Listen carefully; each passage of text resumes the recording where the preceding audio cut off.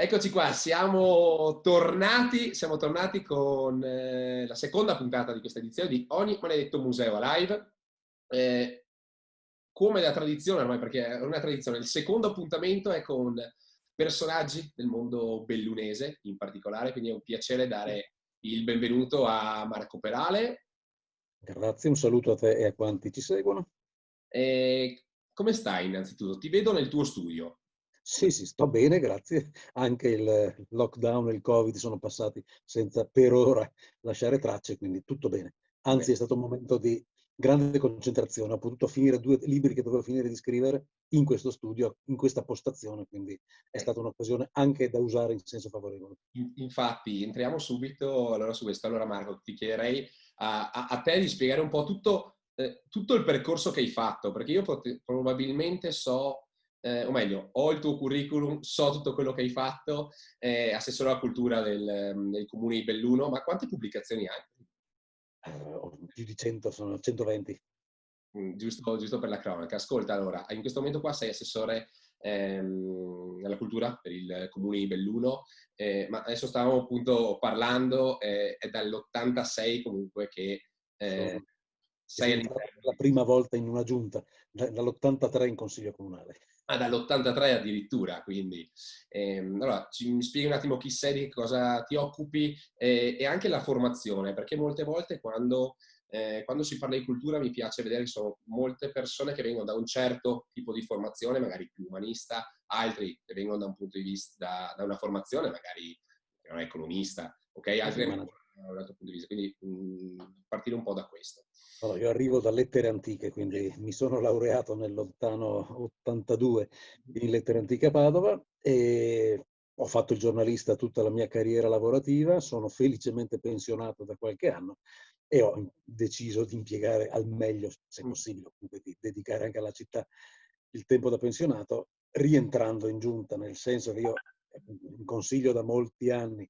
Sono già stato in giunta varie volte negli anni 80, 90 e 2000, ero già stato assessore alla cultura nel 2001-2006 e con il Massaro 2 sono riuscito a ritornare. Mi hanno chiesto e sono stato ben felice di poter riportare le competenze che avevo maturato in questi quasi 40 anni di esperienza sia amministrativa che culturale a servizio della città.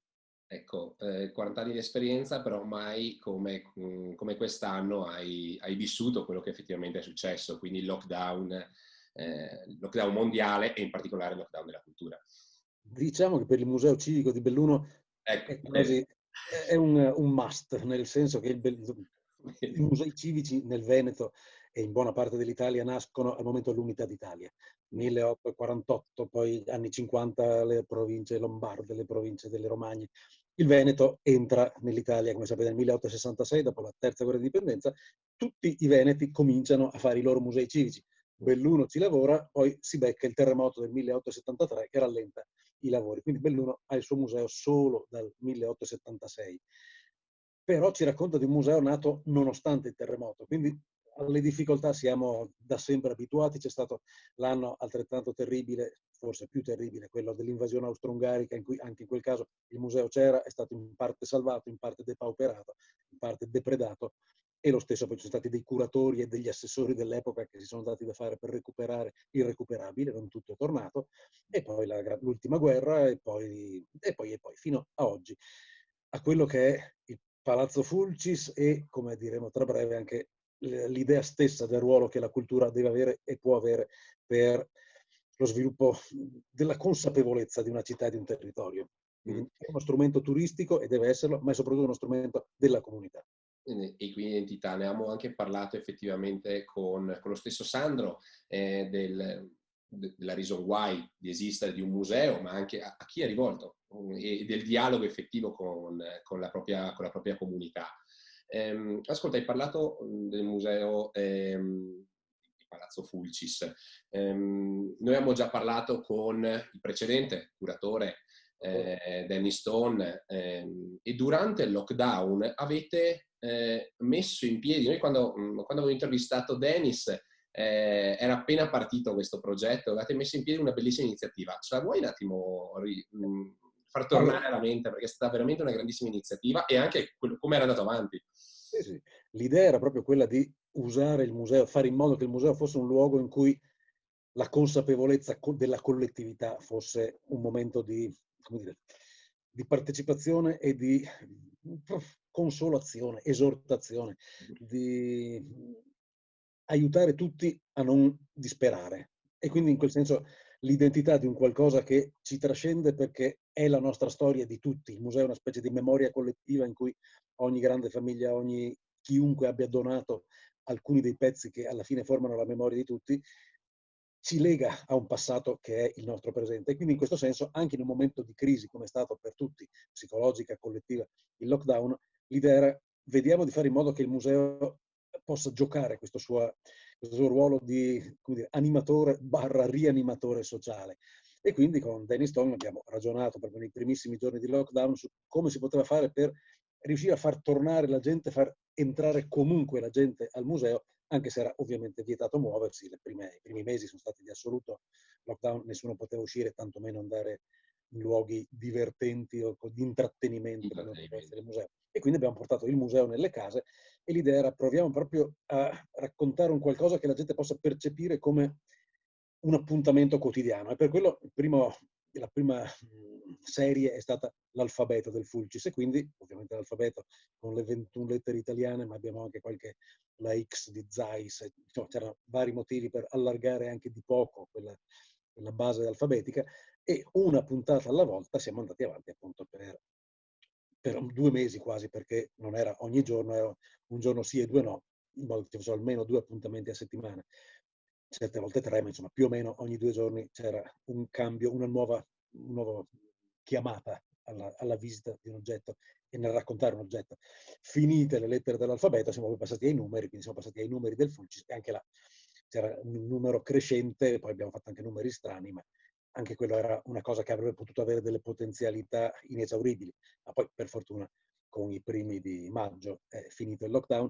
Però ribadisco, l'idea era proprio quella di: non puoi venire tu al museo, il museo ti entra in casa, e non tanto e non solo come tentativo di pubblicità, venite a vedere perché è bello, ma sappiate che il museo siete voi. Quindi tutto quello che cerchiamo di raccontarvi di ciascuno di questi oggetti, abbiamo cominciato proprio con quelli, il leone della peste del 600, perché eravamo in quel momento in cui il timore di questo contagio che sembrava inarrestabile era per dire: lo abbiamo già vissuto, la comunità è già sopravvissuta, quindi sopravviveremo anche questa volta, eccetera, eccetera. Era un qualcosa per dire: il museo ci serve proprio per raccontare su quelle storie il filò serale di ogni famiglia di una volta, che tutti insieme, guardandolo, capiamo che c'è stato un prima, c'è questo presente complicato, ma ci sarà sicuramente un futuro.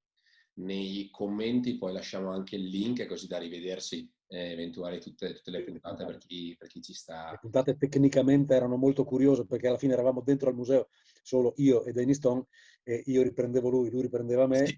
e in certe sale, per esempio, il sonoro era pessimo per le risonanze, per gli echi, ma ciò nonostante non era quello il problema. Ma su questo noi abbiamo anche parlato durante il summit. Vabbè, va bene il livello qualitativo, però molti musei per la prima volta si sono messi in gioco, dal mio punto di vista. Hanno sfruttato determinati strumenti che fino a prima magari sfruttavano in maniera marginale, ma senza nemmeno capire effettivamente il potenziale, perché ciò che voi comunque avete fatto è adesso anche a livello diciamo, di crescita di like, che non è quello che ci interessa, però nel senso, io vedevo nella timeline di Facebook stessa, nei gruppi di commento, c'era tanta attenzione a questo, quindi io penso che veramente tante realtà abbiamo utilizzato durante il lockdown, anche se in maniera molte volte non in maniera perfetta, ok, abbiamo parlato dell'audio, però l'hanno fatto, cioè hanno cercato comunque di utilizzare gli strumenti e far dialogare il museo con il visitatore, molte volte portandolo ad anticipare la visita, quando molte volte non veniva mai fatto fino a prima. Certo. E poi ti dico, secondo me, ne abbiamo parlato con Tom e l'abbiamo elaborato in maniera che fosse quello che poi è stato. Durante il lockdown c'erano o i dibattiti anche nei gruppi molto sull'ansiogeno, sul oddio, oddio, oddio, cosa sta succedendo, ed era anche giusto che ci fossero spazi, stanze in cui si discuteva in quel modo. C'erano i posti in cui parliamo solo di cucina, parliamo solo di esercizi fisici, e andava benissimo perché tutti abbiamo fatto tutto ciò. Questa era una specie di finestra positiva collettiva, quindi in cui ci fosse un'area in cui parliamo della comunità, ma appunto con una prospettiva che non è solo quella del "Oddio, Dio, Dio, sopravviverò alla giornata di oggi". Certo che sopravviverò, la comunità sopravviverà ed è sopravvissuta ovviamente benissimo, ma proprio voleva essere un aggancio che avesse una spina nel passato e una spina nel futuro per dire: guardate che si può guardare al presente con fiducia e con profondità. Quindi non solo con, e soprattutto senza l'ansia terribile, condivisibile, ma che si poteva avere in altri ambiti. In questo caso l'idea era: si può ragionare collettivamente anche con uno sguardo un po' più sereno. E ci siete anche riusciti benissimo, visto Sì, anche sì. i commenti, visto tutto quello che è successo. Ascolta, un'altra domanda. Allora, il lockdown è stato gestito in questo modo. Come è stato riaprire? Come è stato gestire effettivamente la riapertura e questi mesi da giugno fino adesso, fino all'ultima mostra che è stata recentemente inaugurata? La riapertura non è stata facile e non è facile neanche adesso, perché il problema vero in questo momento dell'Italia è: ci sono dei settori, la scuola è quella che vediamo di più, ma tutto il settore cultura è quello che sta soffrendo di più, perché nei musei, come anche nel nostro, non possono entrare le scolaresche, non possono entrare i gruppi. Il nostro era uno di quei musei di comunità che vale per la città di Belluno, vale per la provincia di Belluno, vale e aveva un richiamo in ambito veneto, in cui, per intendersi, arrivavano le università degli anziani, arrivavano il Lions Club, arrivavano i Rotary, che erano dei gruppi organizzati assieme poi a tutte le scolaresche. Questo tipo di musei municipali sono quelli in cui, dalle elementari fino alle superiori, tutti gli insegnanti portano a turno tutti i ragazzi a vedere o le mostre temporanee che abbiamo o le collezioni, perché è esattamente uno degli scopi del museo: essere il luogo in cui appunto ogni ragazzo viene aiutato a capire che fa parte di una storia più grande. Tutto questo non è stato da maggio in poi e non è adesso possibile ancora. Le scolaresche non possono entrare, i laboratori didattici con i ragazzi stiamo ricominciando a calcolarli, ma i numeri sono bassissimi. Peggio ancora ovviamente a teatro o altrove, in cui i numeri sono tali che potremmo fare così pochi biglietti in un teatro che costerà molto di più, perché oltre ai costi normali devo anche metterci la sanitarizzazione, che mandano fuori mercato qualsiasi Sì. evento si faccia, sia al museo ovviamente, sia, e peggio ancora, nei teatri. Quindi per la cultura sarà ancora un trimestre, un semestre, temo, non facilissimo, e adesso vediamo, perché in queste settimane di inizio autunno i dati anche italiani sul lockdown, sui contagi, non sono per niente favorevoli. Auspichiamo tutti il meglio, ma per ora è sempre meglio restare con la mascherina su quando si esce, e stare attenti, perché non sappiamo il panorama se ci porta da un lato Dove o andrà, in dall'altro. che direzione andremo? Esatto, esatto. In merito a questo panorama cultura di cui abbiamo parlato, tu sei appunto assessore alla cultura dal 2017, quando vi siete reinsediati, quando comunque tu hai preso la gestione di questa cosa che io amo, ma allo stesso tempo giustamente non è una cosa facile da gestire. Siete riusciti a portare avanti certi progetti, in primis ancora con la precedente amministrazione, ma il precedente mandato di Massaro, la riapertura di Palazzo Fulcis. Ad oggi però ci sono altri progetti culturali all'orizzonte, giusto? Diciamo che stiamo sviluppando, più che un polo, proprio l'idea, un piano regolatore museale, nel Mm. senso, Belluno fino a 10 anni fa, quindi 15 anni fa, quando era nel 2001-2006 che abbiamo impostato questo discorso, che era frutto di un'elaborazione fine anni 90, inizio anni 2000, in cui Belluno si è ritrovata improvvisamente orfana, piaccia o no, del ruolo che per 200 anni era stata una città di terziario, soprattutto militare. Ok. 1989 cade il muro di Berlino, non serve più all'Occidente, non serve più all'Italia avere il nord-est militarizzato. Belluno aveva 5 caserme, 3.000 soldati, una per una hanno chiuso, hanno sciolto la brigata Cadore, e la città di Belluno è rimasta orfana più che degli alpini, senza uno scopo nella vita. Sì, sì, Per sì, sì. 200 anni è stata una caserma, una delle caserme d'Italia. Lì ci siamo posti il problema: ragazzi, che si fa con questi enormi casermoni, nel vero senso della parola, vuoti? E è lì che abbiamo impostato, ancora con l'ultima giunta Fistarol, poi con le prime giunte degli anni 90, degli anni 2000, il discorso: Belluno ha giocato la carta, vuole giocare, deve giocare la carta natura e cultura. Una natura di straordinaria qualità. Nel territorio comunale abbiamo il Parco Nazionale Dolomiti Bellunesi, siamo l'unico capoluogo che ha un pezzo del territorio comunale in un parco nazionale, Dolomiti UNESCO, che comprendono anche il gruppo della Schiara, e dall'altra ovviamente cultura, e la cultura ce l'hai se sai essere con la qualità che adesso è richiesta sul mercato. E in questo senso siamo partiti con finalmente lo sviluppo di quello che era uno straordinario, come dire, fossile, il bellissimo museo piccolino di Piazza Duomo era così ed era rimasto quasi fossilizzato dal 1876. Museo unico in cui c'era dentro di tutto, dal museo archeologico fino agli uccelli impagliati di Angelo Doglioni di inizio Ottocento. Quello che da quel momento abbiamo cominciato a fare era appunto darsi un piano regolatore, nessuna giunta a una durata quale che sia tale da poterlo portare a compimento totalmente. In quegli anni abbiamo impostato il lavoro, per esempio, del Fulcis, che poi ci ha messo 10 anni a diventare operativo, ma adesso c'è il Fulcis. Nel frattempo è partito il progetto del Bembo, quindi abbiamo aperto il Museo Fulcis, che è il museo, diciamo, cosiddetto di belle arti, quello che una volta era il museo dei quadri dalla fine del Medioevo fino all'Ottocento. Adesso stiamo in lavoro per l'ultimazione, e ovviamente aprirà l'anno prossimo, il Museo Archeologico a Palazzo Bembo, tutto il piano terra di Palazzo Bembo.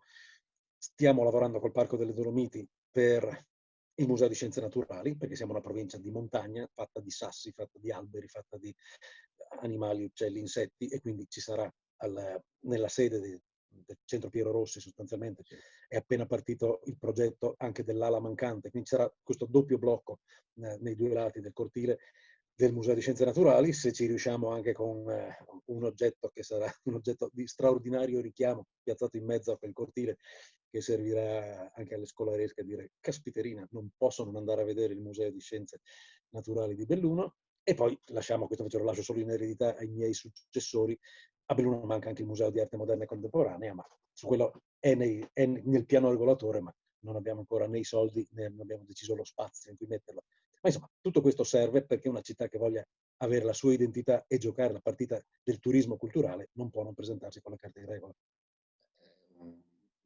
È molto ambiziosa, insomma, mi è piaciuto tantissimo e effettivamente la riflessione che sinceramente io tra me e me non avevo mai fatto, però dell'89, la Belluno orfana Certo. di quello, cioè io ero troppo piccolo nel senso per viverla veramente, quindi nel senso la mia generazione ma l'ha vissuta Belluno così com'è, quindi la crescita, però effettivamente la Belluno prima Ma non quella è una cesura. L'altra grande cesura, che è ancora una ferita che Belluno non è riuscita a rimarginare, è le dighe del Novecento ok, che hanno ucciso il Piave, sì, perché sì, le sì, sì. 39 dighe che hanno via via incanalato e depauperato il Piave hanno ovviamente quelle dighe ucciso il traffico che c'era per tutto, fino agli anni 30 del Novecento. Le zattere per i precedenti 2500 anni erano l'autostrada commerciale che serviva a Belluno.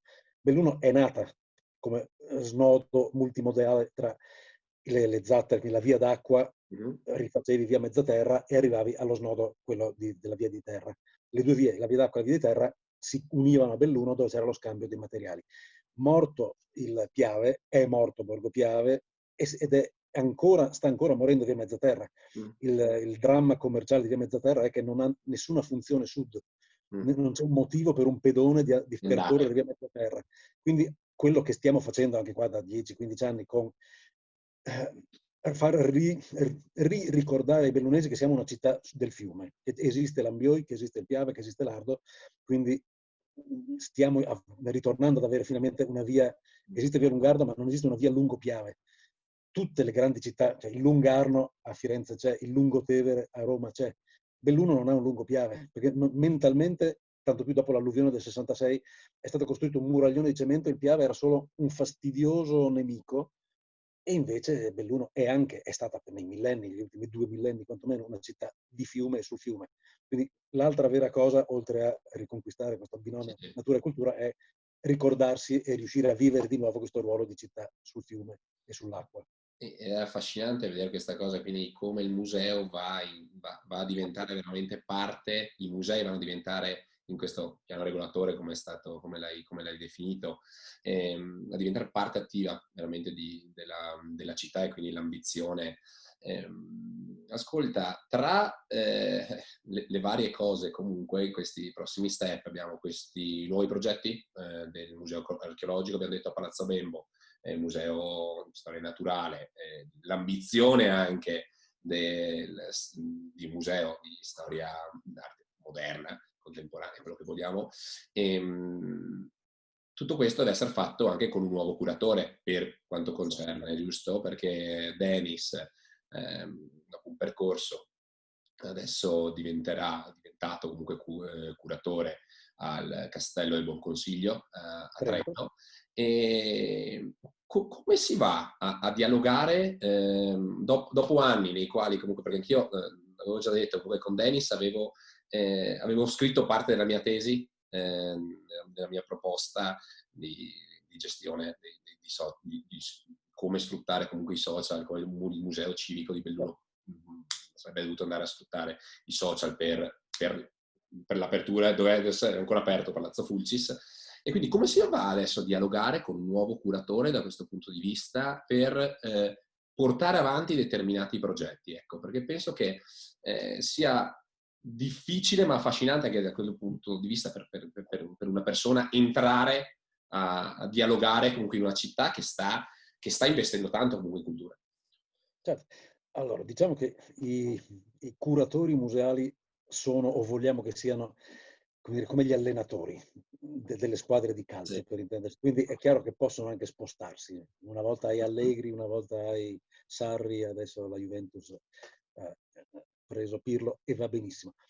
I curatori sono dei tecnici straordinari, i conservatori, i direttori a seconda del rango, sono e devono essere, ma hanno un loro ruolo e alla fine anche con il tipo di concorso che abbiamo fatto siamo sicuri di aver cercato e trovato persone che possono portare Belluno a giocare dignitosamente la Serie A dei musei. Sono persone che hanno delle loro competenze straordinarie, quindi uno degli elementi di screening era via via capire chi avesse le competenze, che non vuol dire solo quelle sull'arte bellunese, e ce le avevamo tutte, ma riuscire ad avere le competenze gestionali e le competenze relazionali con una rete che ormai non può non essere quantomeno triveneta. Non per niente, Ton è un padovano, ma che veniva dalla Fondazione Cini e che poi adesso è passato a Trento. Quello che viene adesso è un mestrino, ma che lavorava a Padova e che adesso arriva a Belluno. Belluno vuole essere, deve essere nel Triveneto in quella che è la nuova logica, per fortuna, che ci sta insegnando la rete. Non esiste più un centro, non è che devo andare a Cupertino per poter accedere a Facebook. Stiamo tutti tranquillamente, ciascuno nel mio studiolo su una mansarda bellunese, e posso essere in rete. Belluno è e deve essere in rete, ed è in rete, e lo è stata grazie a Deniston, e lo sarà grazie a Carlo Cavalli, perché ormai si gioca sulle relazioni, non sulla posizione geografico-fisica. E quindi, così come Deniston ha giocato benissimo, e sono contento che vada a Trento perché ci aiuterà a parlare con Trento. Finora Belluno, per esempio, ha sempre risentito, da forse troppi, diciamo 4 secoli di venezianità, il fatto che Venezia ci ha ingessati tutti, che dovevi guardare solo verso sud. Belluno doveva parlare solo con Venezia, neanche con Feltre o con Bassano o con Conegliano, dovevamo solo parlare con Venezia. Quello che sta succedendo adesso finalmente è Belluno deve parlarsi con Trento, con Bolzano, con Udine, con Innsbruck, ed è quello che vogliamo fare, è quello che stiamo facendo. Il progetto Clang, quello sulle spade, che torneranno da Venezia, tornano perché abbiamo vinto una di quelle lotterie europee dei fondi europei, grazie ai legami con Innsbruck stabiliti fin dal 1999 con Belluno Città Alpina dell'anno e con la rete delle città delle Alpi. Quindi quella è una rete, per esempio, che ci serve tuttora.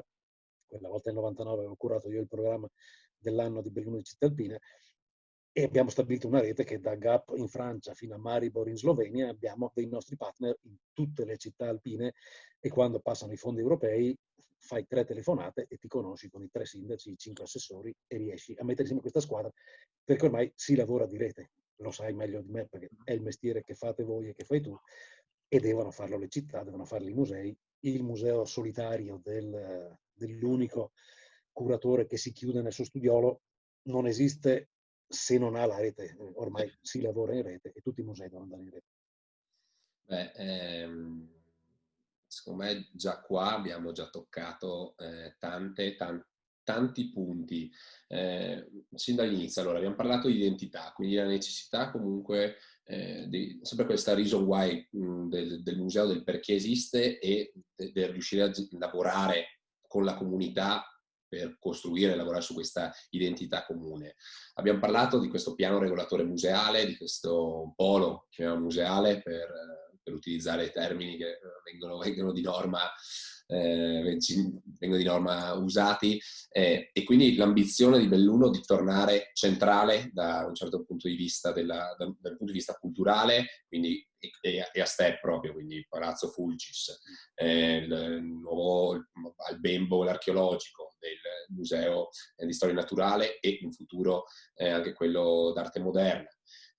Abbiamo parlato delle necessità di questa quello che tu hai detto, che avevamo parlato anche prima, è vero che le amministrazioni cambiano, servono determinate persone però per riuscire a farla girare questa macchina amministrativa, e quindi si possono cambiare determinate persone all'interno di questa, però con questa vision che comunque ci hai portato, le competenze necessarie non sono più solo unicamente skill, chiamiamole così, universitarie, le skill accademiche, quindi in base a quello che ho studiato, che ve lo porto, quanto veramente avere una visione relazionale, gestionale, che è quella che ti consente comunque di far andare avanti sia la città che comunque tutto il mondo culturale, tutto il mondo museale, perché sennò da soli comunque non ce la si può fare, soprattutto nel mondo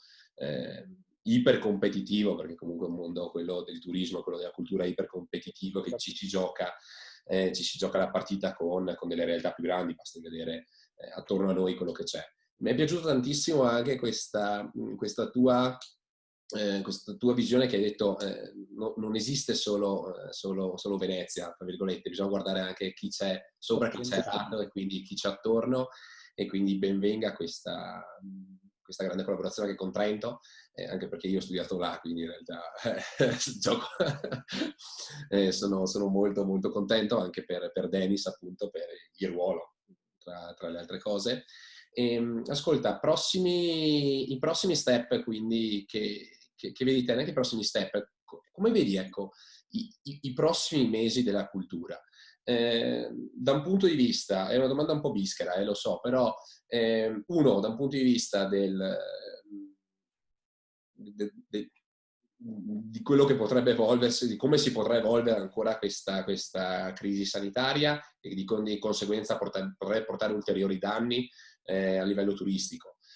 Ma anche a livello di fondi effettivi. Tu hai detto abbiamo pescato la matta, comunque abbiamo lavorato, abbiamo avuto la fortuna di questo progetto. Il dialogo con privati, il fatto di attingere a determinati fondi, il fatto di lavorare in sinergia, creare una sorta di industria culturale. Mi piace tanto utilizzare questa parola perché sono tanti attori in campo. Come vedi, ecco, i prossimi step? Diciamo, prossime settimane, mesi, diciamo, si va dal brevissimo periodo al vero lungo periodo. Siamo ancora in fase di pandemia, quindi non si sa di settimana in settimana, di mese in mese cosa sta per succedere, quindi intanto siamo molto contenti di aver potuto lanciare di nuovo il programma di Oltre le Vette. Anche questo aveva un senso proprio come sollievo comunitario. Mantenere i rituali serve alla tribù, alla comunità, per dire è una cosa che facevamo da 23 anni, anche per quest'anno, anche nel 24esimo anno, nonostante siamo nell'anno del Covid, Oltre le Vette si farà. E sono quei piccoli, come dire, dei cerotti, però sono dei cerotti importanti che si fanno. Sulla prospettiva di medio-lungo periodo è un po' più complicato, perché ovviamente non siamo in fase di poter investire su flussi turistici, però non vale la pena, perché posso anche parlare, per esempio, stavamo parlando di Oltre le Vette, vale la pena di fare pubblicità sui giornali al di fuori della provincia di Belluno? Sì e no, perché se ho comunque gli spazi, che siano Sala Bianchi o il Teatro Comunale, con spazi così contingentati, io so già che i bellunesi bastano e avanzano per riempirmi i pochissimi posti a disposizione che ho. È un momento in cui faremo un passaggio, perché si esiste se si fa sapere che si esiste, quindi usciremo anche sui giornali di tutto il Triveneto. Ciò nonostante non vale la pena in questo momento, non ha senso investire sul venite Oltre le Vette, che poi mi fate la fila in 200 fuori e vi devo lasciarvi 150 fuori, che non ha senso. E questo deve valere anche nella vision di lungo periodo. Ci sono stati anni in cui si poteva fare molta spesa corrente, gli anni delle grandi mostre, 2000, 2005, 2006, quando abbiamo fatto arrivare le prime grandi mostre, da quella di Van Gogh con Golding e poi via via, quelle che hanno dimostrato che Belluno poteva giocare quella partita alla pari col resto del nord Italia, del Veneto e dell'Italia intera. Poi è finito quel momento. Con la crisi del 2007 ai comuni e ovviamente agli assessorati di spesa, come era la cultura, è stato vietato di fare spesa corrente. È il momento in cui ci siamo detti, ragazzi, se non posso fare spesa corrente, facciamo spesa in conto capitale, cioè ci diamo all'hardware. Se non posso fare software, ci diamo all'hardware della cultura. E abbiamo fatto il piano regolatore degli edifici. Gli edifici li posso costruire, li possiamo modificare e quindi stiamo ancora lavorando su quello, perché la crisi del 2007 con noi si è congiunta poi a Vaia e poi si è congiunta al Covid, quindi andiamo avanti intanto con quello che si può fare, sperando, cioè quindi mantenendo il motore al minimo, pronti a ripartire con le persone giuste e nel modo giusto, appena sarà possibile non far spesa. Ultima cosa che volevo dire sul valore della cultura in una comunità, che è il valore del museo. Tento di spiegarlo tutte le volte anche ai ragazzi. In molte famiglie c'è la nonna o il nonno anziani, la zia un po' stramba, che magari capiscono poco o hanno certi tipi di malattie. Se una comunità vive in quel modo, cioè per intendersi, se io sono il nonno con l'Alzheimer, io non so più chi sono e qualsiasi nipote, zio, cugino, familiare mi prende per mano e mi porta lui dove vuole. Se una comunità si condanna, si autocondanna all'Alzheimer, cioè a perdere la sua consapevolezza di chi è, non sa dove vuole andare e tutti possono portarti dove vogliono. Una comunità, un museo serve come antidoto contro l'Alzheimer comunitario. Se sai chi sei, scegli tu dove andare. Se non sai più chi sei perso qualsiasi radice, sei perso la memoria collettiva, non sei nessuno. Puoi andare dove ti porterà qualcuno, possono portarti in America, possono portarti nell'Islam, quello oltranzista, cioè guida qualcun altro. Invece devi essere tu in grado di sapere chi sei per guidare dove vuoi andare tu. Beh, non posso aggiungere altro perché rischierei di rovinare questa parte finale, quindi per me, Marco, ti ringrazio, penso sia stata una delle chiacchierate per me, dal mio punto di vista anche più difficili da gestire eh, perché riuscire a immaginarmi, ecco, mentre chiacchieriamo, riuscire a immaginarmi tutto il lavoro che è stato fatto e tutto quello che potenzialmente si dovrà ancora fare, la mia testa continua a girare, quando c'è tipo il criceto che continua a correre come non so cosa. Io ti chiedo su una cosa, tu lascia tanti appunti, mi raccomando, Certo.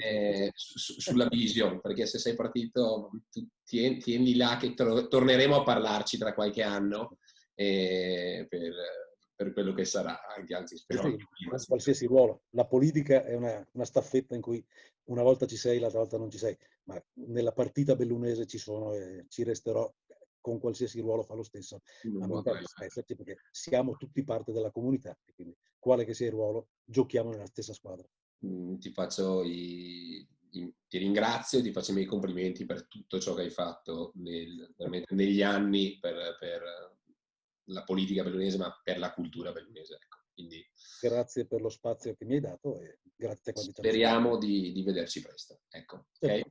Un abbraccio e grazie mille Marco. A Buona te. serata.